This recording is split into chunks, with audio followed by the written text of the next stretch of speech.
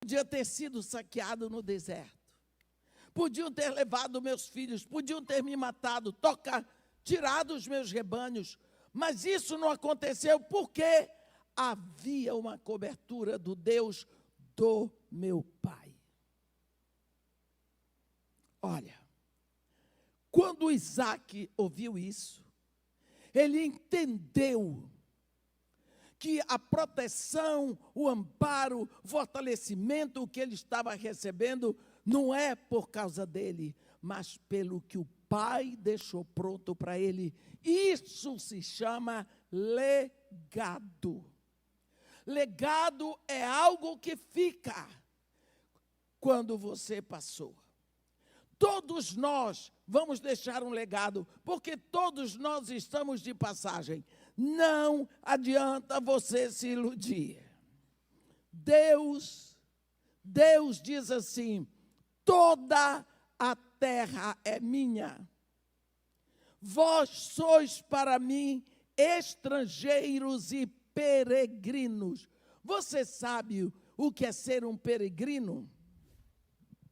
O peregrino, ele sai da sua terra, da sua casa, para fazer uma peregrinação. Ele sabe todos os pontos que ele vai e sabe que no final ele retorna para casa. Isso se chama uma peregrinação. O fugitivo não sabe para onde ele vai, nem se ele volta para casa, mas o peregrino sabe. Eu vou contar para vocês rapidinho uma coisa. Todos os anos, há mais de 30 anos, eu passo final de dezembro, janeiro, pedaço de fevereiro, Estados Unidos e Canadá, pregando. É a época do frio, mas é a época que eu também dou férias coletivas no meu projeto lá no Morro Dona Marta. Quando eu saio do Rio de Janeiro, ponto que eu chego, Washington. Lá, a pastora que faz a minha agenda nos Estados Unidos, ela vai me buscar e ela chega com um bloco, uma pasta dessa altura, passagens, programa de viagem, tudo, endereço de pastores, temas de mensagem, igrejas que eu vou, passagens de um lugar para outro, todas as passagens de avião que eu vou fazer de um lugar para o outro já estão ali. Dessa altura, eu pego aquilo, oro e começo.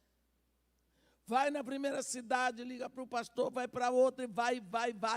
Tem lugares que eu vou, prego de manhã, tomo avião de tarde para pregar à noite. Eu vou assim. Quando chega, logicamente, na última semana eu estou fazendo a contagem regressiva, louca para chegar em casa. Louca para chegar em casa. Quando chega a última igreja, que eu vou para o aeroporto, eu sento naquela cadeira do aeroporto, eu choro de alegria, porque eu fiz o trabalho e eu estou voltando para casa. Eu sempre tenho o hábito de dizer: Senhor, se eu fosse a um jardim e colhesse uma rosa em cada igreja, eu lhe entrego aqui o ramalhete, é seu. Quando eu chego em casa, eu moro no Rio de Janeiro, 40 graus, apartamento fechado, quente, empoeirado, geladeira só tem água. Eu deito naquele sofá na sala e choro de alegria, porque eu cheguei em casa.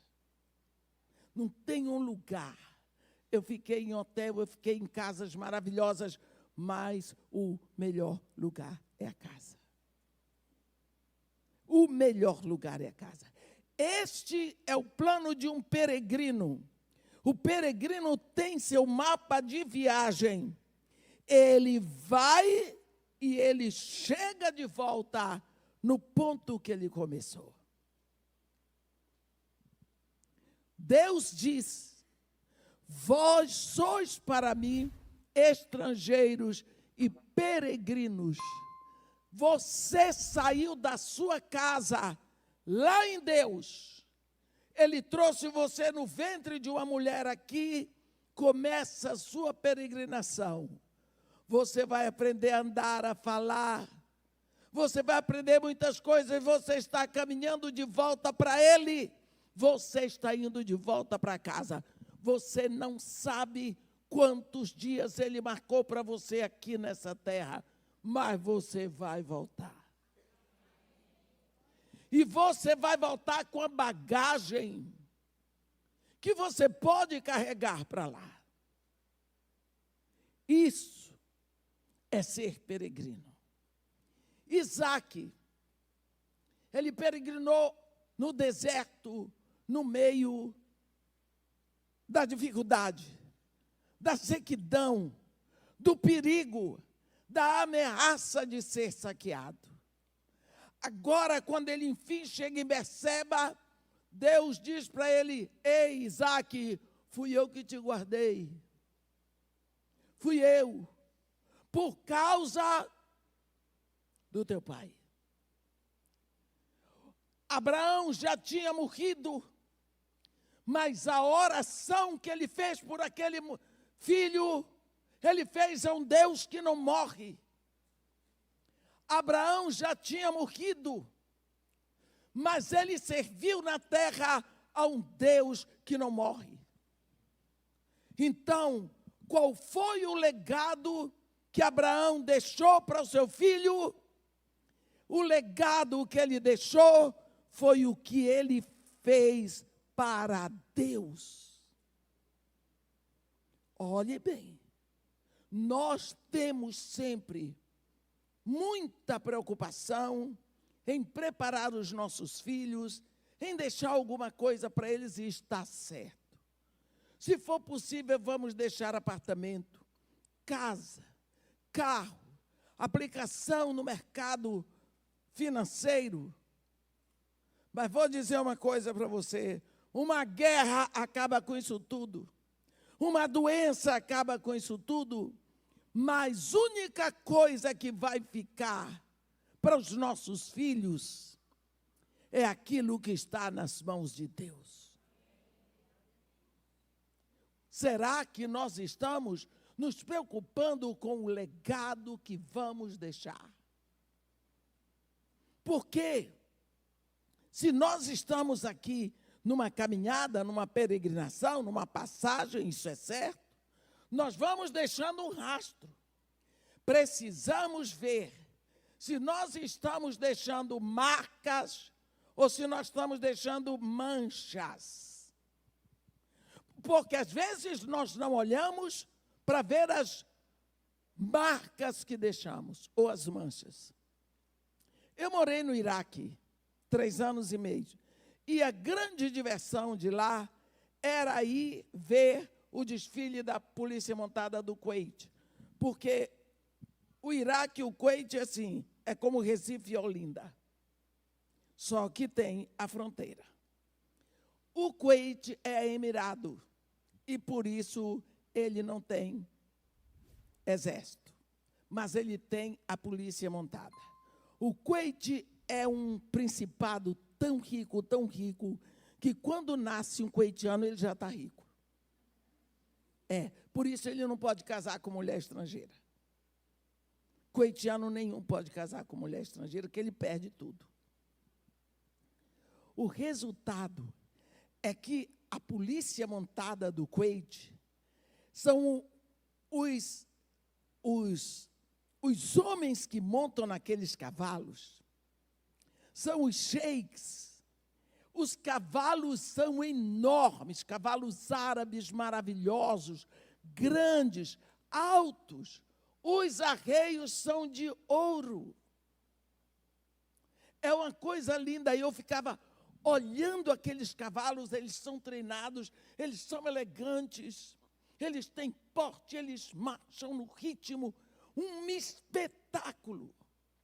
Não dá para olhar para os sheiks, porque o cavalo rouba a cena de tão lindo. Mas eu me lembro, lá vai aquele cavalo imponente, grande, forte, parece até que é perfumado. De tão lindo, tão rico, mas impetuoso assim ele vai. E ele marcha, e ele é elegante, e ele vai. mas de vez em quando ele solta o excremento dele.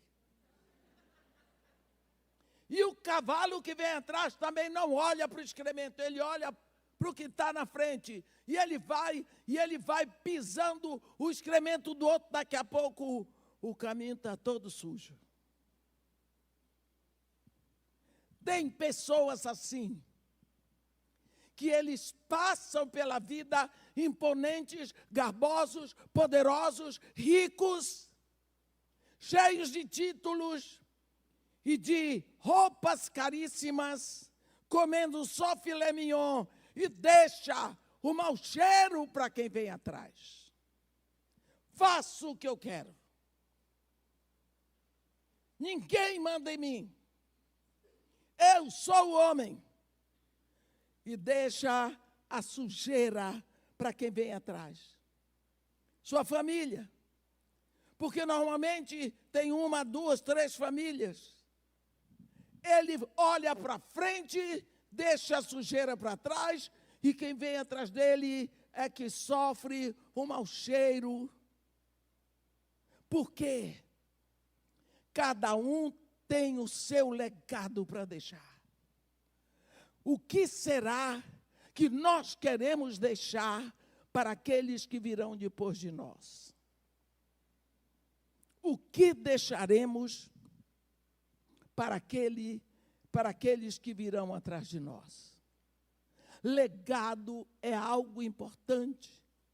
Como você quer ser lembrado quando você não estiver mais aqui? Como você quer que as pessoas se refiram a você? Como? Será que as pessoas vão dizer, graças a Deus que se foi? Oh, que pena, que saudade. Como eu me lembro daquela pessoa assim, que maravilha, quanta bênção. Será que você vai deixando perfume ou mau cheiro? Olha o legado que Abraão deixou para Isaac. Ele deixou como legado tudo plantado na poupança de Deus. Ele deixou a riqueza de Isaac plantado na poupança de Deus. Quanto você tem posto na poupança de Deus para seus filhos? Será que a poupança dele está alta para quando você não estiver mais aqui? Em oração, em serviço, em meditação, em vida com Deus. Deus é fiel. E pela sua fidelidade, Ele vem cuidar do seu filho por causa de você, mesmo que o seu filho não tenha nada a ver com ele. Temos um momento em que lá em 2 Crônicas, eu vou ler para vocês, 1 Crônicas 17, Deus vai levar Davi. Deus vai levar Davi, mas Davi, como sendo o grande rei de Israel, ele estava preocupado com o que ia ser depois dele. Estava preocupado porque ele tinha uma confusão. E no capítulo 17, nós vamos ver Deus falar com Davi em vida, porque com Abraão, Deus não falou o que ia acontecer com o filho dele, mas com Davi, Deus vai falar o legado. A partir do versículo 11, do capítulo 17, 1 Crônicas, Deus fala assim: há de ser que quando os teus dias se cumprirem, e tiveres de ir para junto de teus pais, então farei levantar depois de ti o teu descendente, que será dos teus filhos, e estabelecerei o seu reino. Olha que coisa linda. Esse me edificará casa, e eu estabelecerei o seu trono para sempre. Eu lhe serei por pai, e ele me será por filho.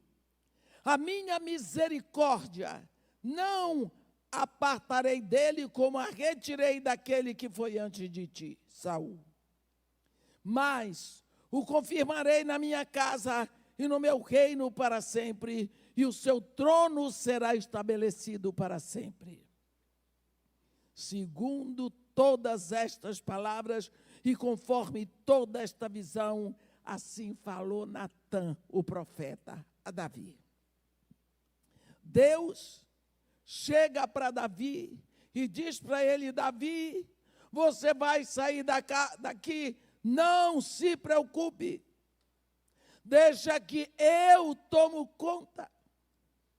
É o seu filho que vai reinar no seu lugar.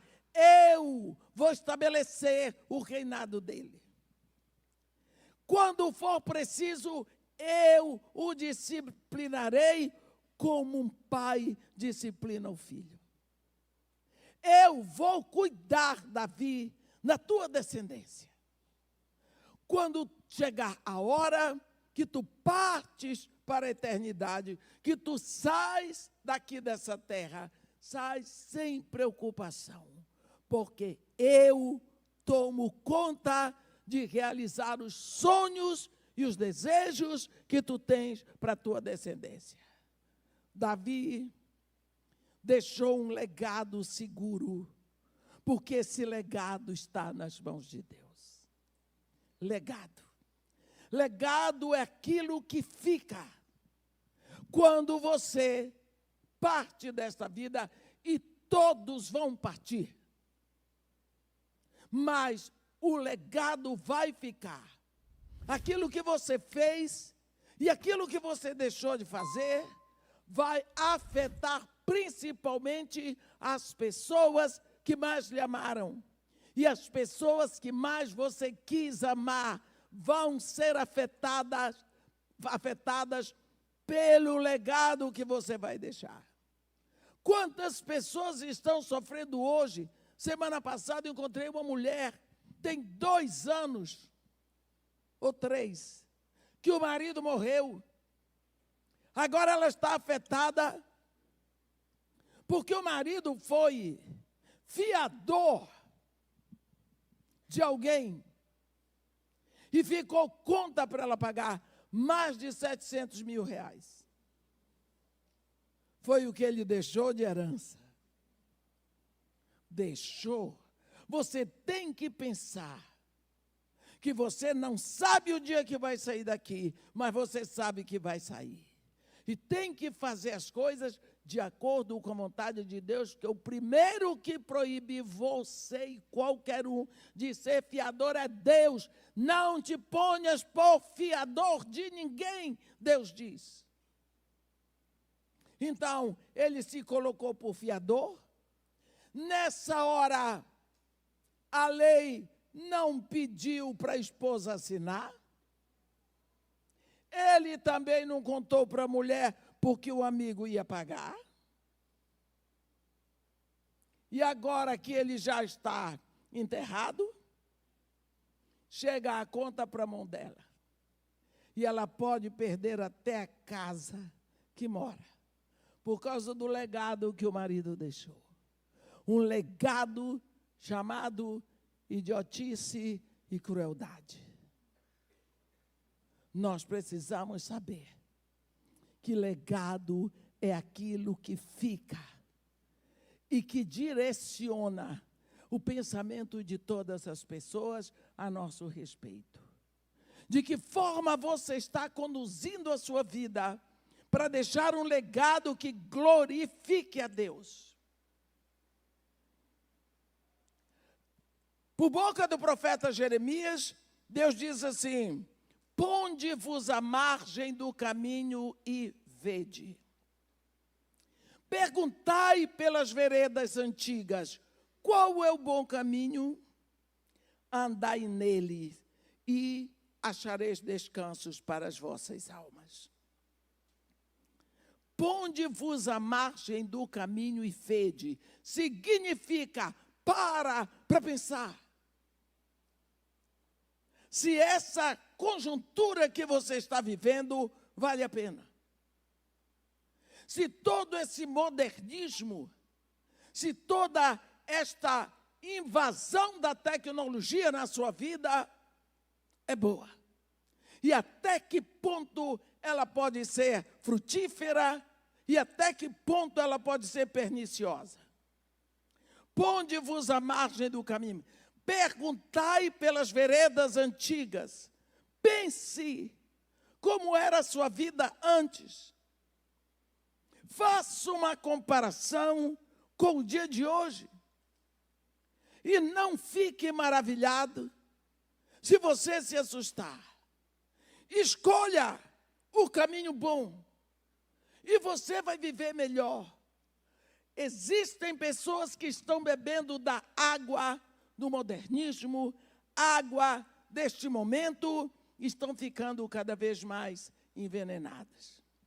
Nós lembramos de quando surgiu o iluminismo na Europa. Quando eu fui para a faculdade, a primeira faculdade que eu fiz foi filosofia. Eu era louca pelo iluminismo. Eu achava uma maravilha, estudei todos os filósofos iluministas. Achava uma maravilha. Penso, logo existo.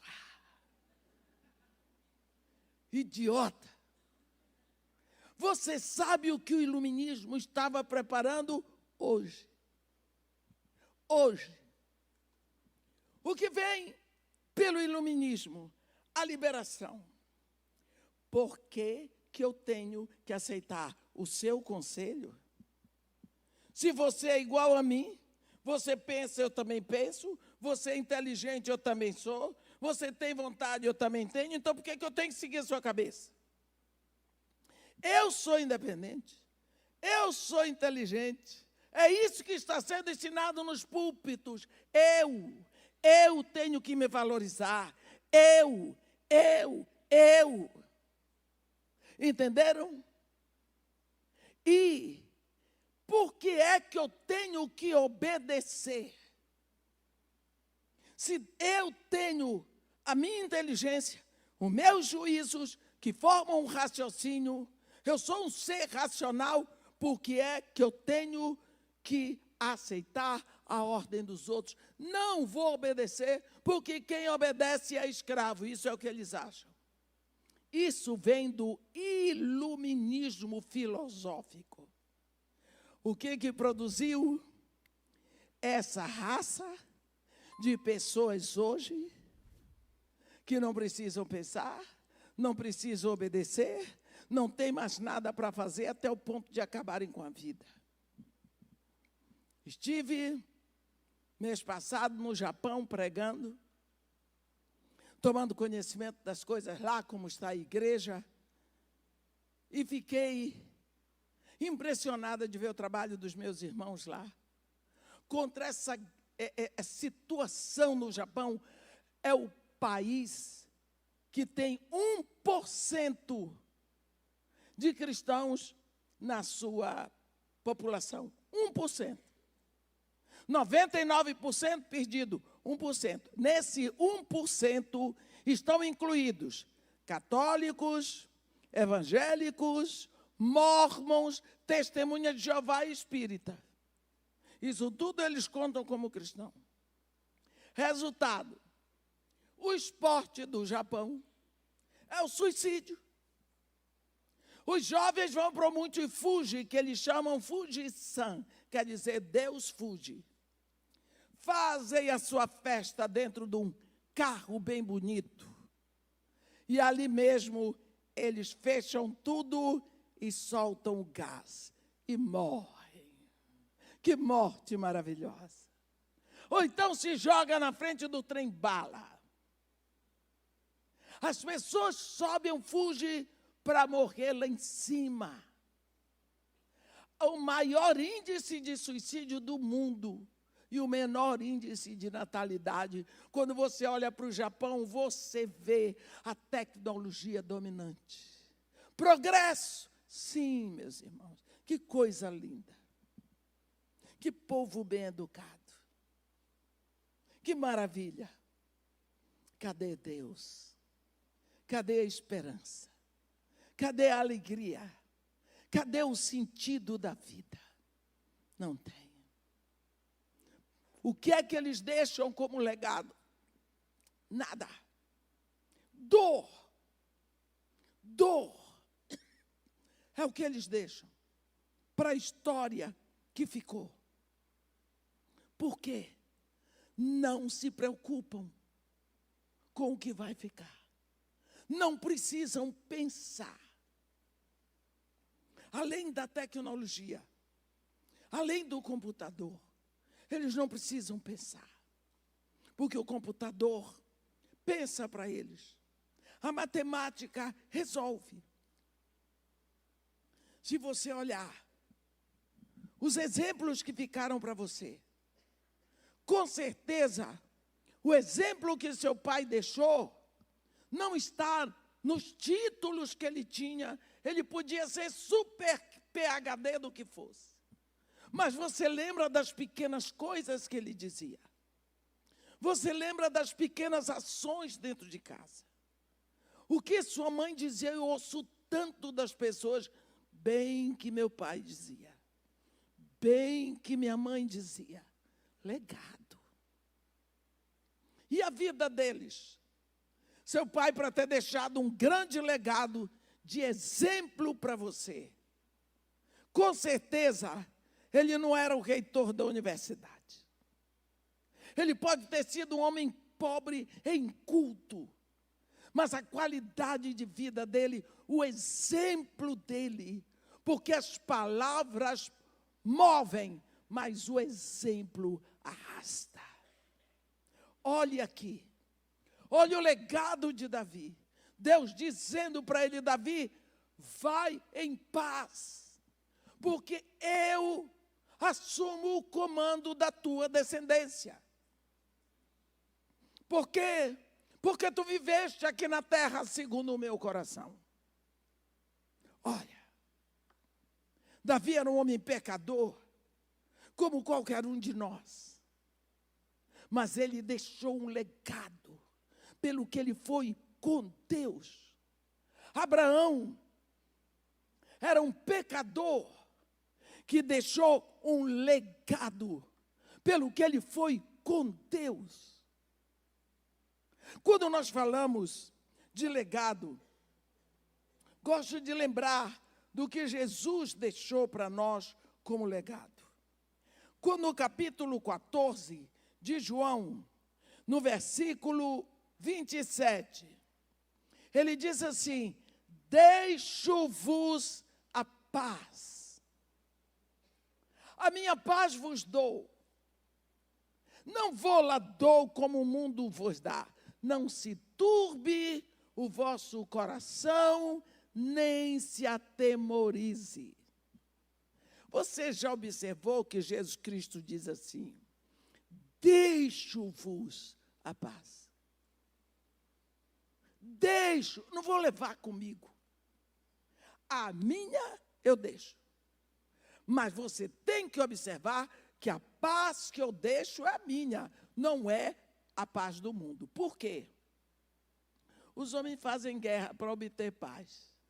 Eles vão, eles invadem nações, eles matam pessoas, eles destroem povos, eles fabricam viúvas e órfãos e muita dor e muita fome e muito derramamento de sangue em busca da paz. Cadê a paz? Não tem paz. Não tem paz. A preço de quê? Para quê? Os homens se sentam nos seus sofás e planejam uma guerra, mas eles não vão lá. Eles não vão lá. Jesus Cristo deixa a paz dele. E ele diz, não é a paz como o mundo faz, mas é a minha paz. Eu vou lá e derramo o meu sangue. Pronto. É o meu que é derramado. Então você vê que a paz é um legado de Jesus que ele deixou. Que paz é essa? No dia em que Eva foi tentada e caiu, Adão caiu, houve o grande rompimento do homem com Deus. O homem se torna inimigo de Deus. Ele trai a Deus. Por isso que Deus diz para Adão: por tua causa, amaldiçoada é toda a terra. Não se luta, meu irmão. Todos os animais estão sob maldição. Todos os vegetais estão sob maldição. Todos os minerais, toda a terra ficou sob maldição, porque a terra é do homem. Pronto. Por isso a Bíblia diz que a natureza geme pela manifestação dos filhos de Deus. Porque a natureza, você viu o que está acontecendo com os animais? E com as florestas, os vegetais. Tudo esperando que se conclua essa redenção. Jesus Cristo vem exatamente para reestabelecer a ligação entre o homem e Deus. Sabe por quê? Quando Adão estava no Éden, a Bíblia diz que todos os dias, pela viração do dia, Deus vinha estar com Adão e Eva. Pensa nisso. Pensa o que é isso. Aquele casal se deleitando na presença de Deus. Eles se deleitavam. E quando Deus ia embora, a vida deles era uma contínua expectativa pela próxima visita. Só que eles estavam nus. Deus os criou nus. Eles não viam nada de pecaminoso. Eles não viam nada de feio. A criação de Deus é toda linda. Mas quando eles ouviram a voz do diabo e eles obedeceram, Eva tomou o fruto, o comeu e deu para o marido. Eva foi tentada. Adão não foi. Adão pecou de cara limpa.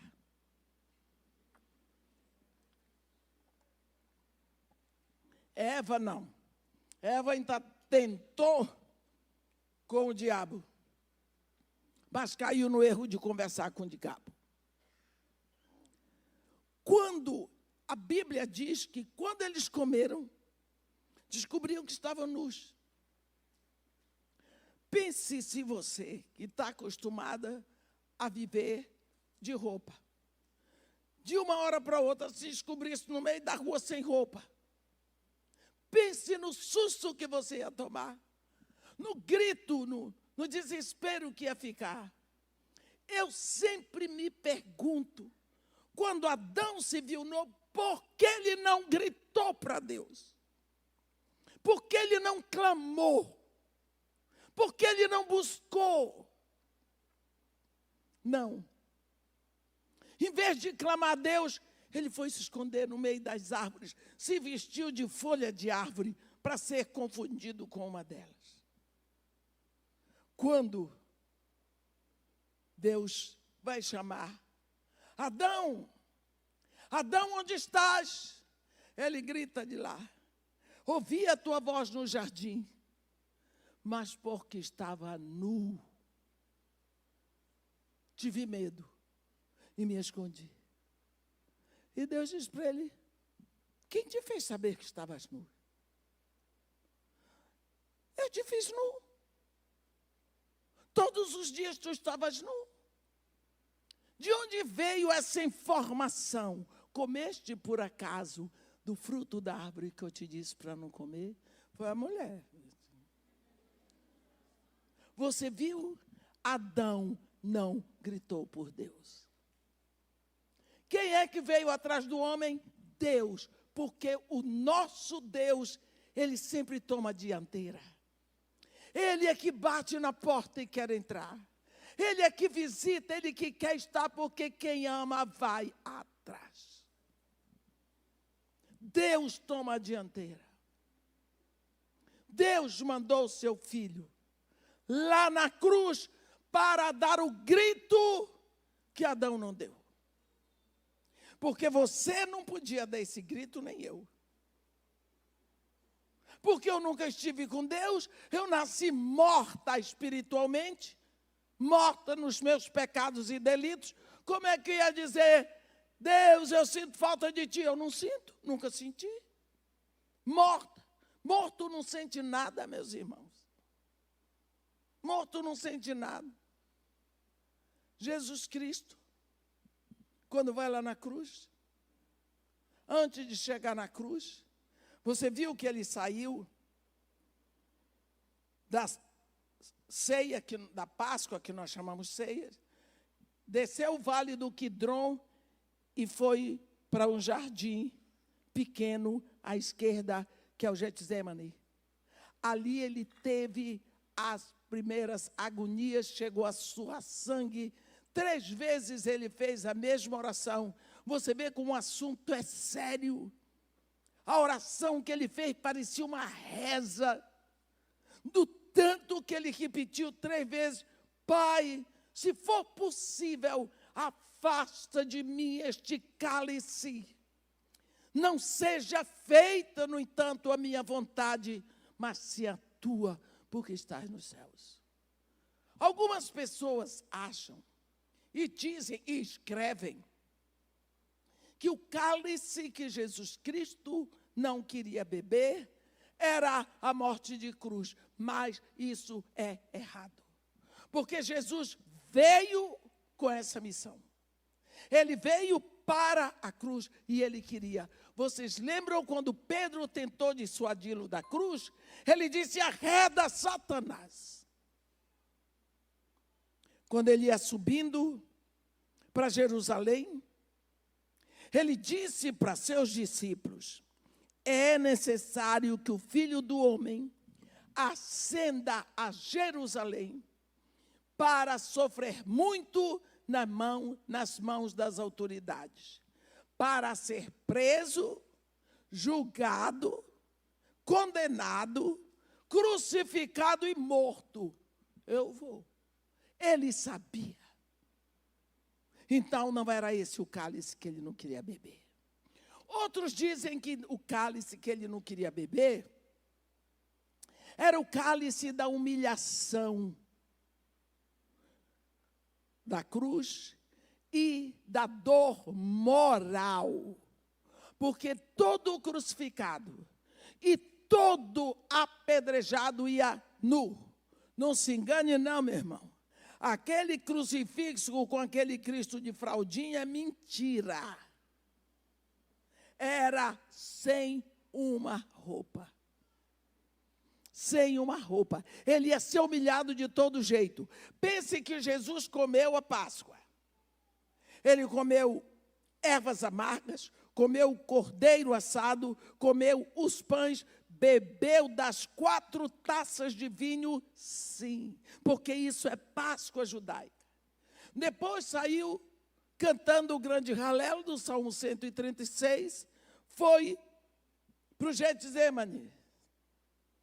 Dali foi preso, foi levado para Pilatos, de Pilatos para Anás, o sogro de Caifás. De Anás ele foi para Caifás, de Caifás voltou para Pilatos, de Pilatos para Herodes, de Herodes para Pilatos, aos pontapés, aos empurrões, a noite toda. Ele sendo um homem, o que você acha? Ele não precisava de ir ao banheiro? Você acha que teve algum brutamontes que disse, ei, Nazareno, você não precisa ir no banheiro? Vamos lá, depois você volta para apanhar. Não. Ele tinha que fazer tudo em público para provar que ele não era filho de Deus. E foi assim que quando tiraram a roupa dele para botar na cruz, ele era uma pústula de sangue e de mau cheiro. Porque esse era o papel deles, era humilhá-lo até o fim. Então as pessoas acham que esse era o cálice que ele não queria beber, mas não era. Se você olhar para o início da narrativa de Gênesis, a Bíblia diz assim: no princípio, criou Deus os céus e a terra. A terra, porém, era sem forma, vazia, e vazia havia trevas sobre a superfície do abismo, e o Espírito de Deus pairava sobre a superfície das águas. O Espírito de Deus estava lá. E Deus diz: haja luz, e houve luz. Segundo a ordem de Deus, haja separação entre luz e trevas. Olhe esta palavra. Haja separação entre luz e trevas. Deus ordenou, jamais haverá comunhão entre luz e trevas. Jamais. Guarde essa palavra. Quando Jesus está na cruz, ele falou 7 vezes. Isso é chamado 7 gritos da cruz, ou as 7 palavras da cruz. A primeira palavra que ele disse foi: Pai, perdoa-lhes, eles não sabem o que fazem. A última foi: Pai, nas tuas mãos eu entrego o meu espírito. Jesus Cristo na cruz estava o tempo todo de frente para o Pai, ele olhando para o Pai, ele vendo o Pai. Mas a Bíblia diz, 1 de João 1:5, Deus é luz, e nele não há treva alguma. Deus é luz, e nele não há treva alguma. Jesus Cristo está na cruz, diante do Pai, mas vai chegar a hora em que ele vai tomar o cálice. Ele vai se transformar voluntariamente numa pústula de pecado. Ele vai se transformar num assassino, ladrão, pedófilo, roubador, tudo. Toda maldição que está na humanidade, ele toma sobre si. E quando ele assume isso, ele está separado do Pai. Porque Deus é luz e ele agora é treva. Agora ele está separado de Deus, como Adão ficou e como eu sou. Agora ele é um pecador como eu. Então ele está separado do Pai. Aí ele dá o grito que Adão tinha que ter dado lá no Éden e não deu. Quando ele se vê separado do Pai, ele diz: Eli, Eli, lama sabachthani. Deus meu, por que me abandonaste? Por que me abandonaste? Este era o grito que Adão devia ter dado. Deus, olha como eu estou. Eu te obedeci. Não te apartes de mim. Eu estou nu. Não fez. Deus mandou o seu filho para gritar o meu grito, a minha dor, morrer a minha morte, levar a minha separação lá na cruz. E quando Jesus gritou isso, você vê que ele estava dizendo: cumprida está a minha missão como Redentor. Aí ele diz, ele agoniza, e ele diz: tudo está consumado. Eu dei o grito. Aí ele diz: Pai, nas tuas mãos eu entrego o meu espírito, e morreu. O que é que ele veio fazer? Ele veio restabelecer o link entre Deus e o homem. Ele fez a paz. Ele fez a paz. entre todos nós e Deus. Por isso que ele diz, eu vos deixo a paz. Eu vos dou a minha paz. Não é uma paz qualquer, não. É uma só minha paz. Eu vos dou. Não é a paz que o mundo fala. Não é a paz que o mundo dá. Mas é a minha paz. Não se turbe o vosso coração, nem se atemorize. Nem se atemorize. Esse capítulo 14 de João é Jesus falando do fundo do coração, falando do Consolador.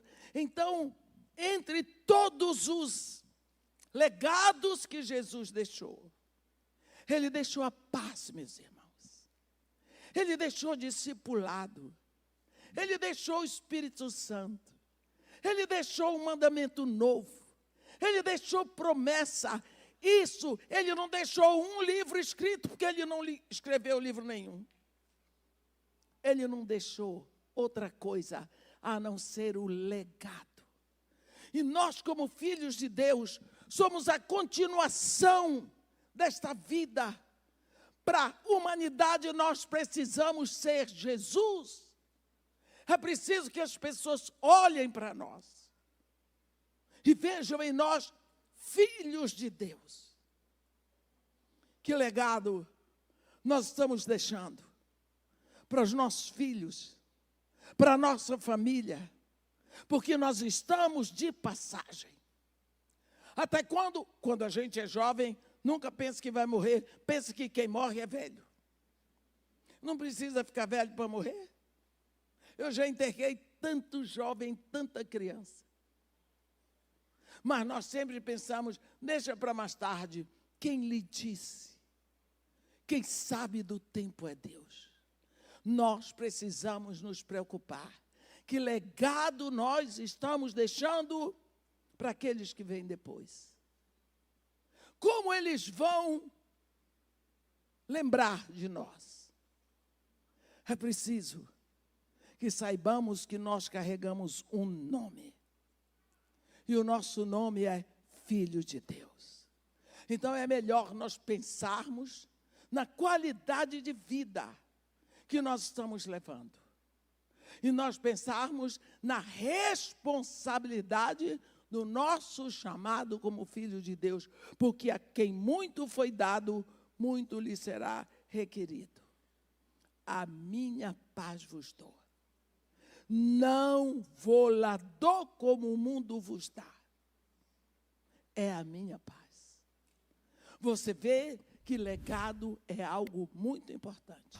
Portanto, é melhor começarmos a pensar o que vai ser da minha memória quando eu não estiver mais aqui. Será que eu vou deixando manchas ou marcas? Amém. Que Deus nos abençoe e nos guarde. Que faça resplandecer seu rosto sobre nós e tenha misericórdia de todos nós. Amém.